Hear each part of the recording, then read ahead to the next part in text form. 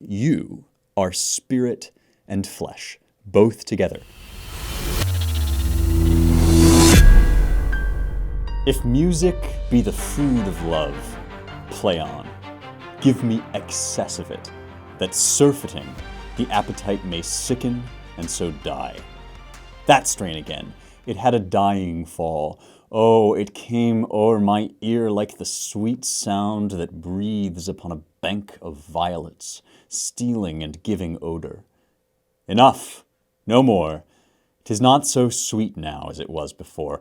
O spirit of love, how quick and fresh art thou, that notwithstanding thy capacity receiveth as the sea, naught enters there of what validity and pitch soe'er, but falls into abatement and low price, even in a minute.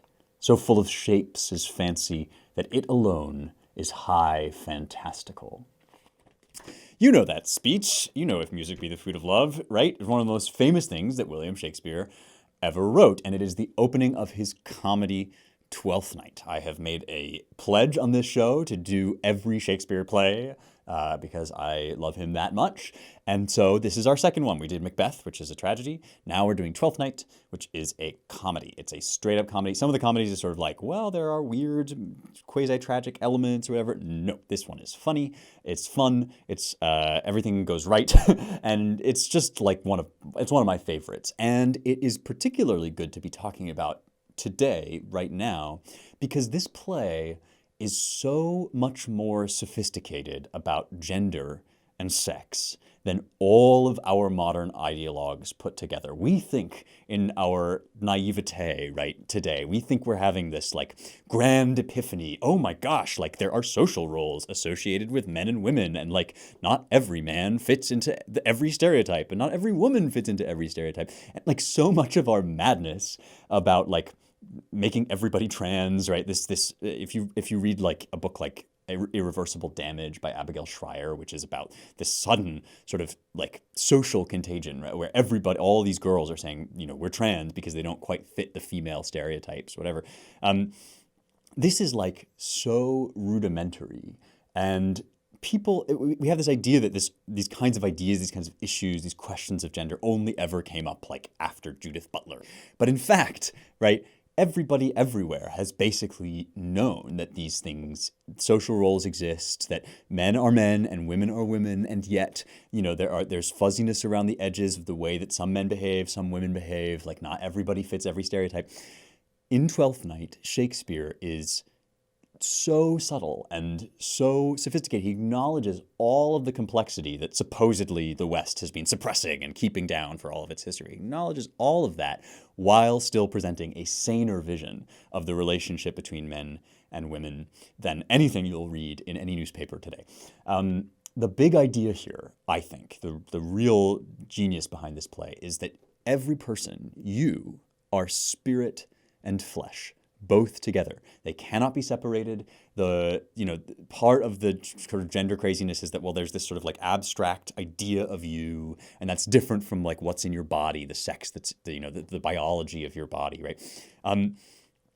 This is like an ancient heresy. It's called Gnosticism, and it just doesn't work. And Shakespeare basically shows here that even though sometimes the way that we act and the sort of our character and our attitude can be in a complex relationship with our physical body, with who we are, nevertheless, these things are ultimately tied together to one another. And the crux of this play is that, Viola, the main character, this woman who has been shipwrecked, pretends to be male. She doesn't quite pretend to be a fully sexually functioning man, and this is something people forget. She pretends to be a eunuch, which is a castrated male. But she pretends to be male, and this causes all this confusion and this sort of like these knots that get tied in the plot. And then the final thing that falls into place at the very end is that it is revealed that she's actually female, and that makes sense of everything that's been going on. But on the way, we explore all of these questions, right? Well, could a woman fall in love with a woman pretending to be a man? Could a man fall in love with a woman pretending to be a man, right? That's basically the crux of the plot here, or of the main plot. There are kind of two plots, as we'll get into. This is the time to sign up for a Latin or ancient Greek course with Ancient Language Institute. These languages, I could not recommend them more highly. And ALI is focused on developing reading skills as soon as possible, treating these like living languages, minimizing the grammar drills and vocab lists, and focusing just on fluency and comprehension. So you can start reading these great texts, right? Virgil, Aristotle, and this is really cool, they do New Testament Greek. So you can be reading the New Testament with just a few semesters of study. Here's how you do it. You go to ancientlanguage.com/youngheretics, and you get 15% off if you enter the offer code Heretics, Heretics, just like in the title. These summer semester signups are only open for another couple of weeks. They fill up really fast. They filled up really fast last time. And they take students of all ages and experience. So head over there, reach out, and you can get a personal consultation. So find the best class for you. But do it quick at ancientlanguage.com/youngheretics, ancientlanguage.com/youngheretics, offer code Heretics for 15% off. Okay, back to the show. But let me just describe a little bit, about this play. It was composed in the very, very early 1600s, the end of Queen Elizabeth's reign in England, probably 1601, 1602. We don't know for sure, but we do know that the first recorded public performance was on the 2nd of February, 1602. Now, the play is called Twelfth Night, and that's the name of a liturgical festival. It's the last day of Christmas. And that gives you this idea that basically normal duties and obligations are suspended. It happens in this sort of nether region where there's, foolery and antic kind of japes, jokes that go on, right? And at the same time, it also happens in Illyria, which is a country that no longer exists on the coast north of Greece. It's where like Albania and Montenegro now are. And this was a tourist destination. This was a place that people, could do good traffic, and people sort of knew of it as, again, like a holiday venue. It's a place where, as they say, what happens in Illyria stays in Illyria, right? This is a place and a time where the normal rules don't apply. And that's part of how we are able to play around with gender, with sex, right? And it seems to have been performed around that same time. The first recorded performance was at Candlemas. So just a brief sort of liturgical calendar, refresher about this part of the year, right? So you have Christmas. Christmas is not one day, it is 12 days, hence the song, the 12 days of Christmas. 12th night is the last day. And then you have the season of Epiphany. And the season of Epiphany lasts up until what's called Candlemas, which is the celebration of the presentation of Christ in the temple. So 12th night happens 5th or 6th of January, depending on how you count the days. Candlemas, 2nd of February, and that whole thing between the end of Christmas and Candlemas is Epiphany season. So it seems to have been performed, right? It was an occasional play, a play for an occasion, and that's when it appeared. We only have one sort of manuscript copy of this play in the first folio. Luckily, it's a good copy. But the first folio, right? This is the first printed edition of Shakespeare's plays, published in 1623, which is 7 years after his death. And this was assembled by his friends and fellow actors. But the play itself, as I mentioned, right, it has kind of two plots. And the first one is this complicated love plot. There's a shipwreck off the coast of Illyria. There were twins on it. One of them I've already mentioned, Viola, and the other one, Sebastian. So male, female twins. They get shipwrecked. Neither of them knows that the other one has survived. But they show up basically in this situation where there's already all this drama going on, a ton of hashtag drama, because the Countess Olivia is in mourning for her brother. Her father has already died, and that means that she is basically this unattached woman. She has a kinsman. It seems like either her uncle or her cousin. They refer to him variously throughout the play. Sir Toby Belch, but he's a buffoon. He's a drunkard. He's basically involved in his own kind of intrigues, which we'll get into in the subplot. And so she is, the object. Basically, everybody is in love with Olivia. She's the object of all this fascination and love, especially from Orsino, who is the duke, sometimes called the count, in Illyria, whose speech I read at the beginning. That's his speech at the beginning. If music be the food of love, play on, which is always cited as this super romantic thing, but it's actually, I'm so lovesick that I just want you to like stuff me full of the thing until I'm bored with it. It's sometimes been argued, and sometimes Orsino is portrayed as kind of more in love with being in love than actually with Olivia. And that will become important as the play goes on, as we'll describe. But so we've got Orsino in love with Olivia. Viola appears in Illyria, and she is this kind of vulnerable, she's in this hugely vulnerable position. She's a woman alone in an unfamiliar territory, and she needs to find some way of gaining protection. And the plot that she comes up with is to pretend to be a eunuch and to serve in the court of Orsino as Orsino is courting Olivia. So she basically makes it into the court of Orsino as this boy page. And that is the first and sort of central gender complication, gender weirdness that occurs in this play. She turns into Cesario, and she's referred to as Cesario throughout most of the play, dressed as a man, looking like a man, but looking like this kind of middle ground between male and female. I'm going to pause for just a second, bring you a word from our sponsors at Young America's Foundation. The work that they do is so critical because America is really in a rough spot. We've got big tech, we've got the media who are super biased toward the left. We've got radical professors teaching just garbage to our students, right? And the result of this is censorship, Antifa, right? All of these crises that we're facing. None of it happened overnight. I talk about this all the time, right? It was the long march through the institutions. The left has been doing this for over half a century. It is time to fight back, and the man who is here to do it is Scott Walker. He was the governor of Wisconsin, where he took everything the left threw at him and stood firm and won, which is very important. Now he is the new president of Young America's Foundation. Governor Walker is launching what is called the Long Game, which is a bold plan for winning both the battle and the war. It's an investment in young people and in reteaching the good, sound, true principles upon which America was built. You can get his new playbook, The Long Game, if you go to yaf.org/long game. It's free. You can just download it. I'm just saying go to yaf.org/long game. Highly recommend it. You'll be glad that you did, and you can get involved. All right, back to the show. The first set of passages that I'm going to read is like these descriptions of her, of like, she's kind of just not quite a convincing man. It's never mentioned again that she's supposed to be a eunuch. For all intents and purposes, she's supposed to be a man. But here's what Orsino says about him. And by the way, I'm once again using these wonderful Folger editions, which have facing page notes.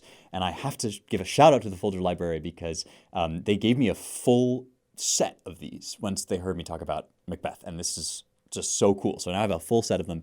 Here is the Folger edition of Twelfth Night. You should go out and check it out. And here's what Orsino says in Act 1, Scene 5 about Viola, who he thinks is Cesario. He says, "They shall yet belie thy happy years that say thou art a man.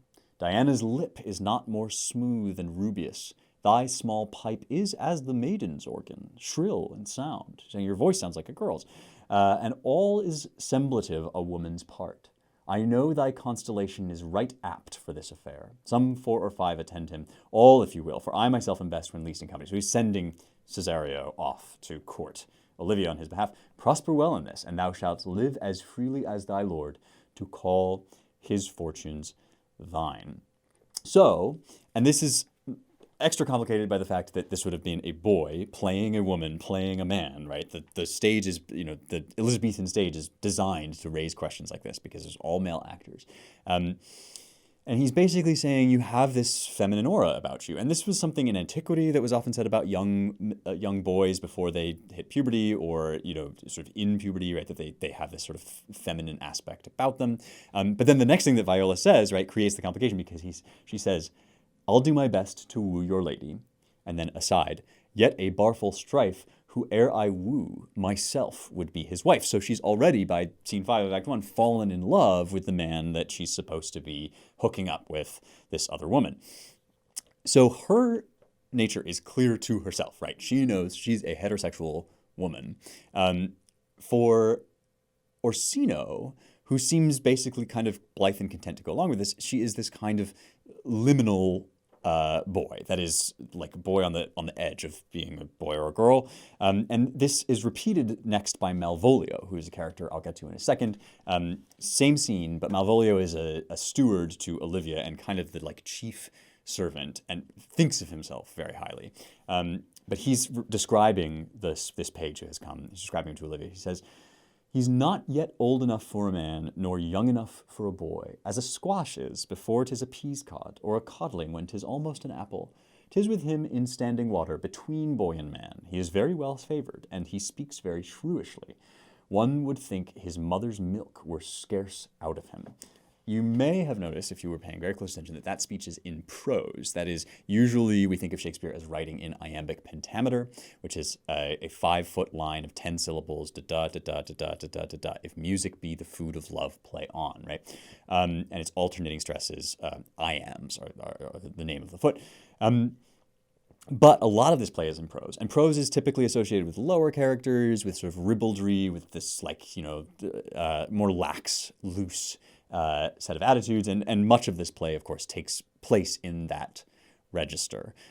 So you get a lot of prose in this play, and you get this like sort of mysterious figure, right, who then Olivia falls in love with. So Olivia, who is like kind of sworn off love, she's not gonna marry Orsino. She keeps rebuffing him, but Cesario is incredibly appealing to her. And she falls in love with basically this dream, this imagined character, which is this man that doesn't really exist, embodied by this woman. This is basically made known to Viola because Olivia sort of invents a reason, sends her this ring that she claims he left, but she didn't really.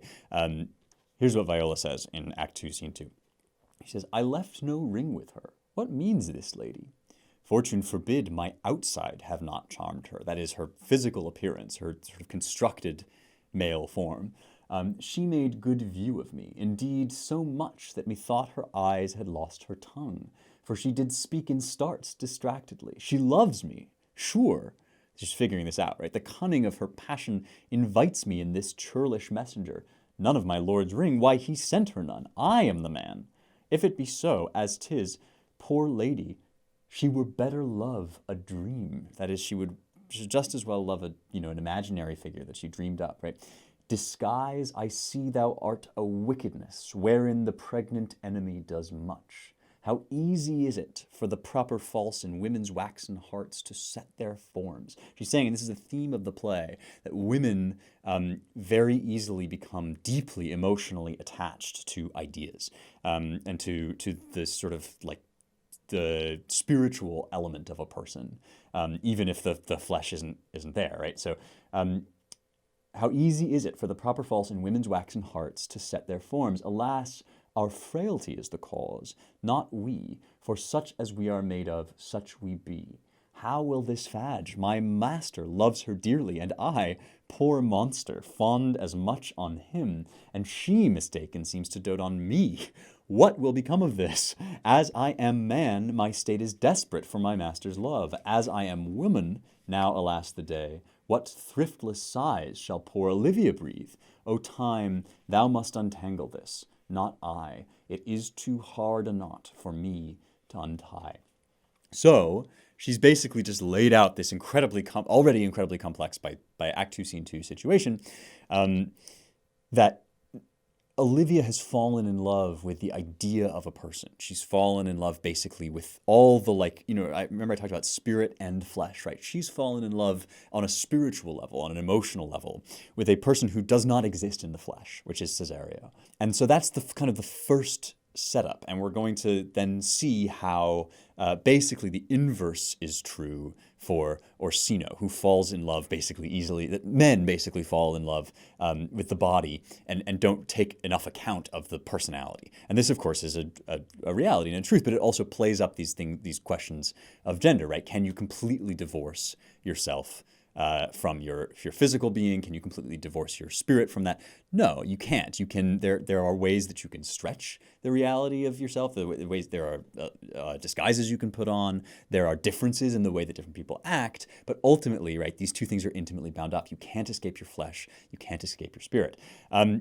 Meanwhile, we have this other subplot going on, which is basically the kind of inverse, the mirror image of this very complex erudite sort of back and forth with all these nobles, right? This is Malvolio is also in love with Olivia. So Malvolio, remember, is the steward who's very sort of self-aggrandizing, thinks very highly of himself. There's a little dig at him that he's a Puritan, and Shakespeare had quarrels with the Puritans because they were anti-theatre. Remember, the Puritans wanted these very spare, sparse returns they wanted to return to the kind of like bare bones morality of the good old days. And that meant that things like theater were out because they encouraged immorality. So the Malvolio sort of mentioned, is called a Puritan. What happens essentially, and this, by the way, is the most original part of Twelfth Night. We've talked before, I think, about how Shakespeare borrowed things from previous historians, from other playwrights, from classical sources. In our record of the first public performance of this play in 1602, a trainee barrister named John Manningham made a record of it in his diary. And here is what he says. He says, "At our feast, that is at Candlemas, we had a play called Twelfth Night, or What You Will." This is the alternative title of the play. "Much like the Comedy of Errors or Menechmi in Plautus, but most like and near to that Italian called Inganni." So he's noting here that there are influences from Italian theater and also from classical theater. Olivia's personage, this sort of aloof woman that men pine after, is very Petrarchan. Remember we talked about Petrarch and his ladies, this sort of like distant figure that he just fantasizes over and fixates upon. Orsino is fixating upon Olivia in much the same way, more the idea of her than anything else. And then, says Manningham, "a good practice in it to make the steward believe his lady widow was in love with him by counterfeiting a letter as from his lady in general terms, telling him what she liked best in him and prescribing his gesture in smiling his apparel, etc. And then when he came to practice, making him believe they took him to be mad." So he's describing this subplot here and saying, this is my favorite part. Manningham's favorite part of the play is also the most original part that Shakespeare seems to have basically made up. And the idea is Malvolio is in love. He's also kind of a prick. He's very, portentous and pedantic and censorious, right? He's just always giving the lower characters a hard time. And there's this plot hatched between Maria, who waits on Olivia, and Sir Toby Belch, who is her kinsman, and then the other character whom we haven't mentioned yet, which is Sir Andrew Eggcheek. And these are both kind of parodies of knights because they're ridiculous figures. Eggcheek is also courting Olivia, but Toby Belch is basically having him on and getting money out of him as he eggs him along. It's Malvolio, though, that they really tie up in a knot because they forge this letter. Maria forges a letter, which basically they pretend that Olivia is secretly in love with Malvolio, and then they give Malvolio instructions for how to behave, which are disastrous instructions. So here's Act 2, Scene 5, when Malvolio reads this letter.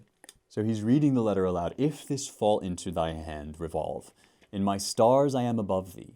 But be not afraid of greatness. Some are born great, some achieve greatness, and some have greatness thrust upon them." Another very famous line, and then in context, much less inspiring than we usually make it out to be on like posters, right? Because this is all a lie, right? "Thy fates open their hands. Let thy blood and spirit embrace them, and to inure thyself to what thou art like to be, cast thy humble slough and appear fresh. Be opposite with a kinsman, surly with servants. Let thy tongue tang arguments of state. Put thyself into the trick of singularity. She thus advises thee that sighs for thee. Remember who commended thy yellow stockings, and wished to see thee ever cross-gartered. I say, remember. Go to, thou art made if thou desirest to be so. If not, let me see thee a steward still, the fellow of servants, and not worthy to touch fortune's fingers. Farewell, she that would alter services with thee, the fortunate unhappy." So they are playing on Malvolio's pride here, and his arrogance, right? That, oh, my lady is in love with me. And she says, remember that I wish to see thee ever cross-gartered in yellow stockings. This is a ridiculous and outmoded form of clothing. They're basically setting him up to look insane. And he does. I mean, it's a very funny visual gag when you see it on stage, right? He shows up, he's like smiling all the time while she is in mourning. He looks absurd in these like bright yellow stockings. He says, Daylight and champion discovers not more. Champion, an open field. This is open. I will be proud. I will read politic authors. I will baffle Sir Toby. I will wash off gross acquaintance. I will be point devise the very man. I do not now fool myself to let imagination jade me, for every reason excites to this, that my lady loves me. She did commend my yellow stockings of late. She did praise my leg being cross-garters, and in this she manifests herself to my love, and with a kind of injunction drives me to these habits of her liking. So this is the subplot, which for many people is the most memorable part of the play. I think it's hilarious, but I also think that the thing that's going on in the main plot is probably still more meaningful and powerful. Let me just pause here and remind you about locals. This has been so cool, this locals thing. Craziness happened in January of this year, and Twitter started just like axing people off of the platform. I and a lot of other people who are in the conservative sphere, or even just people who love America and want to see our freedoms preserved, got really antsy about big tech and some of the ways that they are clamping down. My response to this was to get on Locals, and this is a platform run by my buddy Dave Rubin, who I know I can trust, right? Because he's one of the great champions of free speech, one of the great champions of free speech online. We do all kinds of stuff over there. We just talk randomly throughout the week, about the ideas on the show. I was just hearing from somebody new and who came on, he's like in Portland, super sick of wokeness, whatever.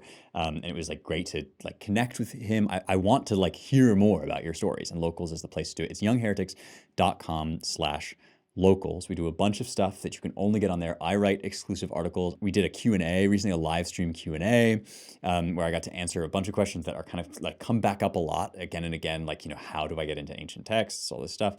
We will do more of those in the future, and Young Heretics VIPs get to be in the video mailbag. So I'm about to do one of those at the end of this episode.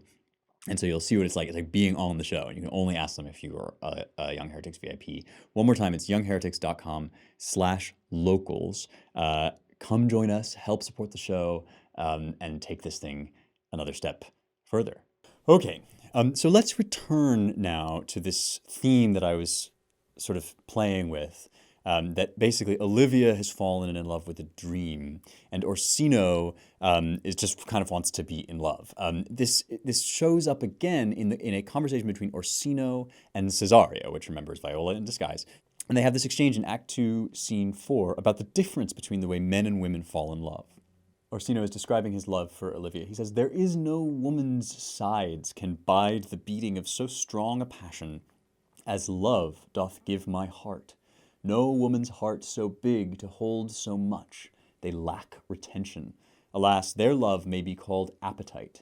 No motion of the liver but the palate, that suffer surfeit, cloyment, and revolt. But mine is all as hungry as the sea, and can digest as much. Make no compare between that love a woman can bear me, and that I owe Olivia." Viola says, "Aye, but I know." Orsino says, "What dost thou know?" Viola, "Too well what love women to men may owe. In faith, they are as true of heart as we." And so he's saying, women don't have the same kind of passion that men do. And she's saying, oh, you're so wrong. Because, of course, she is desperately in love with him, although he can't know this. And he is, sometimes this is played as if he's sort of falling in love, confusingly falling in love with his page. I don't really think that that's in the text. I think it's a funny gag when you do it that way. But really, I think the point here is that a woman could fall in love with kind of an imaginary person because her emotional connection would sort of supersede whatever physical stuff. But Orsino is just sort of too in love with, or too attracted to the physical stuff to really let the spiritual kind of overcome him. And so we're playing here with different ways that men and women fall in love. Viola says, she's trying to explain this, and she makes this up. My father had a daughter, loved a man, as it might be perhaps were I a woman. Right? She's talking about herself, of course. So my father had a daughter, loved a man, as it might be perhaps were I a woman, I should love your lordship. Orsino says, and what's her history? What happened to her? Viola says, a blank, my lord. She never told her love, but let concealment, like a worm in the bud, feed on her damask cheek. She pined in thought, and with a green and yellow melancholy she sat like patience on a monument, smiling at grief. Was not this love indeed? We men may say more, swear more, but indeed our shows are more than will, for still we prove much in our vows, but little in our love. So she's basically saying men are inconstant, they swear love, they say all this stuff, just like Orsino is saying all these extravagant promises, but really, like, they're kind of after just, the thing, the shiny object that's right in front of them. This is a true thing about the male and female sexual response. Men basically conceive of a physical desire and can invent any number of sort of spiritual arguments for why they must have this woman. Women, like Olivia, again, speaking in very general terms, right, fall in love spiritually and emotionally with a person, and the sort of physical stuff is more fungible. You can look up studies on this. This is actually true, right? That for example, here's a study: gender difference in brain activation to audiovisual sexual stimulation. An article in Nature. Do women and men experience the same level of arousal in response to the same video clip? Basically, and I'm reading here from the abstract, right, factors related to sexual arousal are different in men and women. The conditions for women to become aroused are more complex. This is scientific language, right? But they were giving women different stimuli and men different stimuli, and basically the emotional component, the spiritual component of a love affair is more central to a woman's sexual response. Now, of course, right, both men and women, ideally in their best, highest selves, fall in love, body and soul. They have sexual intercourse. They have like the physical attraction, and spiritually they are as one with one another. But men list toward the physical, and women list toward the spiritual, and this is part of why they have this kind of complementary way of entering into heterosexual relationships. Right? What happens when Viola becomes Cesario is that there's slippage. There's suddenly slippage between body and soul. And so the play hinges on the different ways that men and women respond to this, right? That Olivia responds by falling in love with this idea, and Orsino responds basically by letting into his intimate confidence somebody who is actually a woman, basically because she doesn't look like one. And so there's this like visual, this insane sort of direct visual obsession. And of course, comedy always elevates these things so that they're funny, right? That Orsino has, that he just sees something right in front of him and he's so singularly focused on it that he like gives up his whole life over it. And then this like sort of much more emotional spiritual connection that Olivia has with Viola. Now, it's a comedy, so things have to work out well, right? The way that this happens is that it turns out Sebastian also survived. Also, it turns out that even though they are not identical twins, they look a whole lot alike. And Sebastian, Viola's brother, shows up on the scene. There are all sorts of confusions where people think that Sebastian is Cesario. In fact, even Olivia and Sebastian become betrothed because Sebastian, like, shows up in Illyria, and this hot countess appears and is like, I'm in love with you. And he's like, okay, great. And so they have this, like, intimate relationship that becomes a betrothal. And then, of course, Cesario comes back on the scene and is totally confused because people have been doing things to him, quote unquote, but actually to her brother. All of this finally falls into place with the realization that these are two separate people. And basically that slippage that I talked about between body and soul becomes reunited in the person of Sebastian. Sebastian is the man who looks like the person that Cesario is in imagination. You guys, I am so excited. I could not hold this back for like another minute. It's been a long time in the making, and we are launching the Young Heretics merch shop. This has been, like I said, a lot of time and effort has gone into this. You guys have been asking for merch for a while, and we wanted to make sure we got you exactly what you wanted. So we listened to what you were asking for. We spent time developing products based on what you wanted. We tested a bunch of them. I have been like taking shirts on and putting shirts off and trying all these different things, and we found really, really great stuff. I love it. We have got, I'm holding one right now, the Young Heretics official shirts, which you can get. There are hats, there are stickers that you can put onto your computer and piss off your leftist professor. There's a bunch of stuff at youngheretics.com/shop, and you can get 10% off for a limited time because this is the launch. So you enter the offer code launch and get 10% off at youngheretics.com/shop. Go get your swag, show your fandom. I'm so excited. These are so cool. Yay. Okay, Go get him. Here's the scene in which this occurs. It's the last act, it's Act 5, and the whole thing is one scene. So Act 5, Scene 1. Sebastian has appeared, right? Everybody's figuring out what's been going on and all the confusion that's been happening.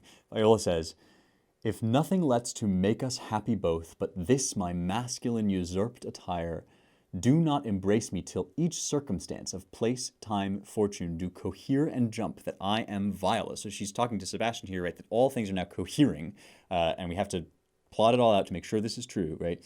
Which to confirm, I'll bring you to a captain in this town, where lie my maiden weeds. I'll show you my women's clothing. By whose gentle help, by the captain's gentle help, I was preserved to serve this noble count, that is Orsino. All the occurrence of my fortune since hath been between this lady and this lord. So then Sebastian says to Olivia, right, having been betrothed to her, "So comes it, lady, you have been mistook, but nature to her bias drew in that. You would have been contracted to a maid. Now are you therein by my life deceived. You are betrothed both to a maid and man," right? She's fallen in love with a woman pretending to be a man, but now she's betrothed to the man that the woman was pretending essentially to be. Orsino says, "Be not amazed. Right noble is his blood. If this be so, as yet the glass seems true, I shall have share in this most happy rack. Boy, thou hast said to me 1,000 times, thou never shouldst love woman like to me." So he's saying, well, Olivia and Sebastian are together. Now this person that I happen to like very much, right, but never would have thought of getting together with because he was a man, right? Suddenly she's a woman. Well, great. Like, we just sort of readjust the spiritual to fit the physical. And this is the kind of this Orsino's like hyper male way of doing things, right? And these, again, caricatures, right, speaking generally and so forth. But there's truth to it, right? Viola says, "And all those sayings will I overswear, and all those swearings keep as true in soul as doth that orbed continent the fire that severs day from night." Orsino, and this is the kicker, says, "Give me thy hand, and let me see thee in thy woman's weeds," right? He's not comfortable in the same way that Olivia might be with this person who looks like a man, right? He needs to have that visual confirmation of the thing that he is now coming to realize in spirit, right? So this is this reconciliation of spirit in flesh by basically, doubling this person, Sebastian and Viola, so that everything is reconciled, and that scientific study that I cited from nature, right, is basically confirmed, but also brought into harmony. The kind of male way of responding to flesh, to visual stimuli, and the female way of responding to spiritual, emotional stimuli, right? These two things come together in this grand marriage scene, and everybody is fine. But because Shakespeare's a genius, and because he doesn't want it to be too simple, we also get in Malvolio a picture of what happens when these things do not line up in the way that we wish or longed for them to, right? Malvolio is the picture of disappointed love. And it's actually quite dark. He comes back on and flies into a rage because in the interim, having appeared before Olivia in his yellow stockings and cross-gartered and smiling and looking all weird, right? He was basically judged mad, and he was imprisoned. And then they have Feste, the fool, show up basically and pretend to be a priest, Sir Topas, and mess with him yet more. So he's really been abused until finally the whole thing became revealed as what it was. And in his last scene, he has a speech as well, which is a really, I think, moving monologue. So here's Malvolio. He gives to Olivia the letter that was forged by Maria. He says, "Pray you peruse that letter. You must not now deny it is your hand. Write from it if you can, that is, write differently from it if you can, in hand or phrase, or say 'tis not your seal, not your invention. You can say none of this. Well, grant it then, and tell me, in the modesty of honor, why have you given me such clear lights of favor, bade me come smiling and cross-gartered to you, to put on yellow stockings, and to frown upon Sir Toby and the lighter people, and acting this in an obedient hope, why have you suffered me to be imprisoned, kept in a dark house, visited by the priest, and made the most notorious geck and gull that e'er invention played on? Tell me why." I mean, that's a very raw accusation and request for justice, right? Olivia says, "Alas, Malvolio, this is not my writing, though I confess much like the character, but out of question, 'tis Maria's hand. And now I do bethink me it was she first told me thou wast mad. Then camest in smiling, and in such forms which here were presupposed upon thee in the letter. Prithee, be content. This practice hath most shrewdly passed upon thee. But when we know the grounds and authors of it, thou shalt be both plaintiff and the judge of thine own cause." Olivia has compassion for Malvolio, even though he's kind of a ridiculous figure. And what's so brilliant about this is that Malvolio has also been in love with a dream, but not a dream of who Olivia was, but of how she felt. And he's been so terribly misled in this, and of course so terribly abused, that we see the kind of fallen tragic version of the thing that has now been reconciled in the main plot because it's a comedy. And this is very powerful. I mean, his last line, this is the end, really, almost at the end of the play. He says, "I'll be revenged on the whole pack of you," and then he exits. It's a really subtle and sophisticated play. And again, we are in the middle of this so-called national reckoning about transgender issues, about, whether men can just, wish themselves into being women, whether social roles matter at all. And it's been my contention throughout this podcast when we talked about Julian of Norwich, when we talked about the early history of Rome. I mean, at several points. In Macbeth, too, I talked about, men and women are not aliens, but they are profoundly different in nature. And when we talk about, they have hormones that are different, right? They have, men have more testosterone, women have more estrogen, all this stuff. We're really separating flesh from spirit in a way that doesn't make any sense because, of course, testosterone invites and incites things like assertion and aggression and creates things like physical strength, right? So these spiritual characteristics and these physical characteristics are bound up in one. And all of our sort of arguing about transgender issues or about even gender social roles at all comes from separating these two things from one another, as if it were merely a pure accident that one person's body was male and one person's body was female, and none of it, everything else is just convention, everything else is just made up. Well, no, I mean, those conventions, those social ways of behaving grow, they're rooted in nature, they grow out of the physical biologies and the differences in physical biologies. And so Shakespeare acknowledges that those things are fungible, right? That there are elastic points around the edges where women can behave differently in different situations, men can behave differently, right? And we all know, right, there are tomboys, there are, not every man is like a he-man. But he does that without going insane, right? Without going 100% in that direction and saying, well, everything is just pure convention. Everything, it's all just how we think about it, what we do, what we decide, right? He roots these things in nature and then explores the ways that they can, that our, human personhood is malleable and can change over time and in different circumstances. It's a brilliant play. I commend it to you. This concludes our 50th episode of this show. You guys, I cannot believe we have made it to 50 episodes. It feels like the time has just flown by. But at the same time, when I, just sort of said to myself, well, I guess I'll have a podcast. And when I sort of talked with people about what podcast I should do, and I had no idea what it would become. I really didn't know.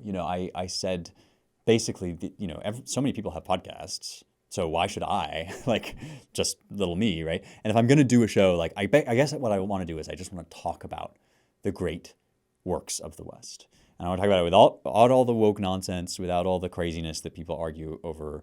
I just want to relish them and marinate in them because they're so good and they're food for the soul and they're being lost in our culture wars. And that was the beginning of the idea. But I was like, well, who's going to listen to that, right? Because it's just, it's not angry, it's not political enough, whatever.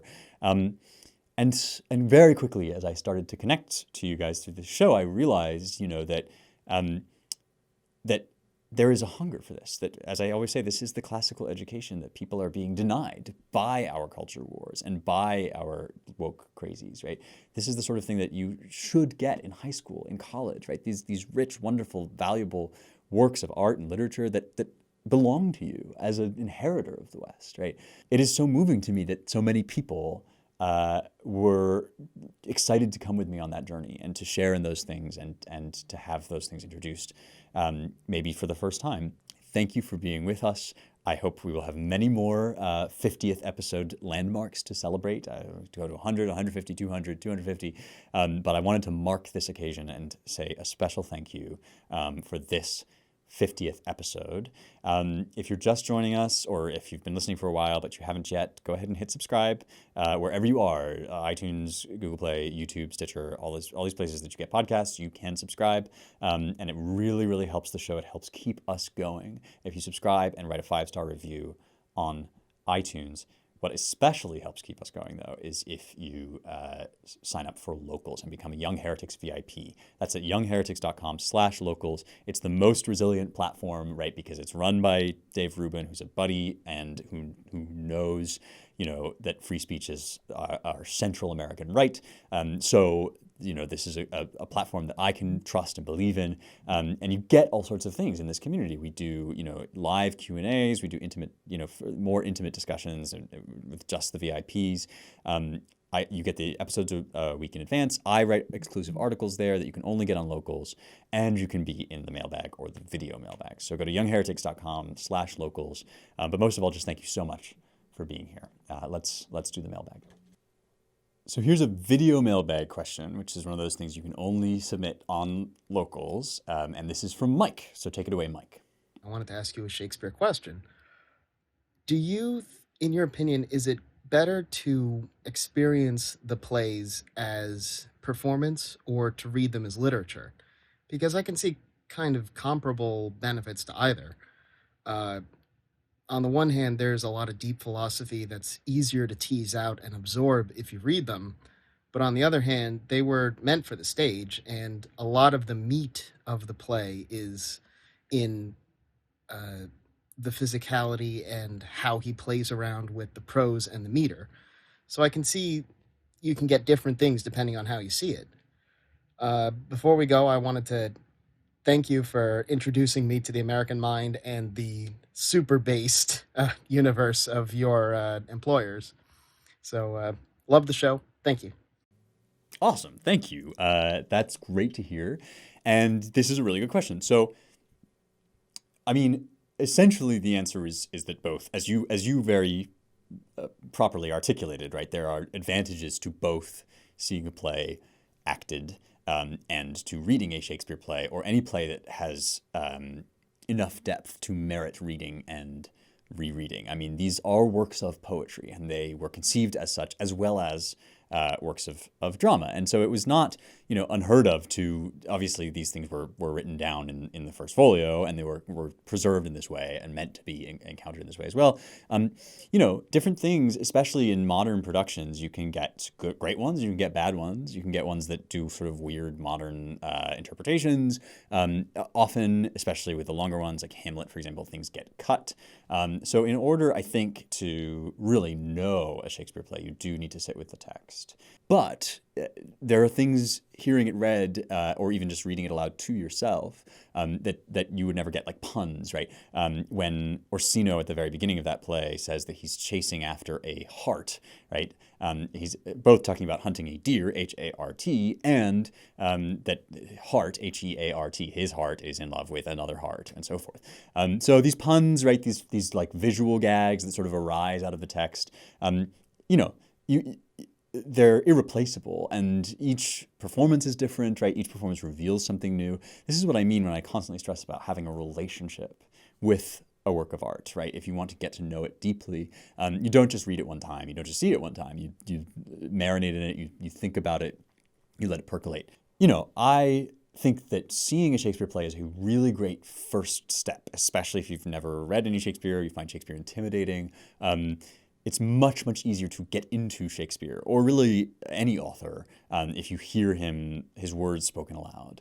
And so by a skilled and talented person. And so I really, I'm like very much on board with like the audiobook trend. You can find a lot of these plays read as podcasts, and of course going to see them performed by a really good cast is just, it can't be beat.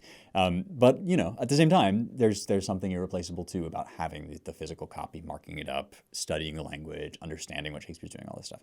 So I would say watch them first. and then read them. That would be my recommendation, but do both. All right, thanks for that question. Thanks for being with us. If you like this show, you will love the work, as Mike pointed out, that the Claremont Institute does. I'm employed by a think tank called the Claremont Institute. We study and recover the American ideals, the ideals of the American founding, which is an important central part of Western history. We publish the Claremont Review of Books, which is a literary magazine that comes out in paper copy, and The American Mind, which is an online journal magazine. You can find them both online, ClaremontReviewBooks.com, AmericanMind.org, and you can donate to help support the work we do at claremont.org/donate. If you do, let them know in the notes that we sent you from Young Heretics. All right, thanks as always. Onward to the next stage of this great journey. I will see you next week for more truth, beauty, and the stuff that matters.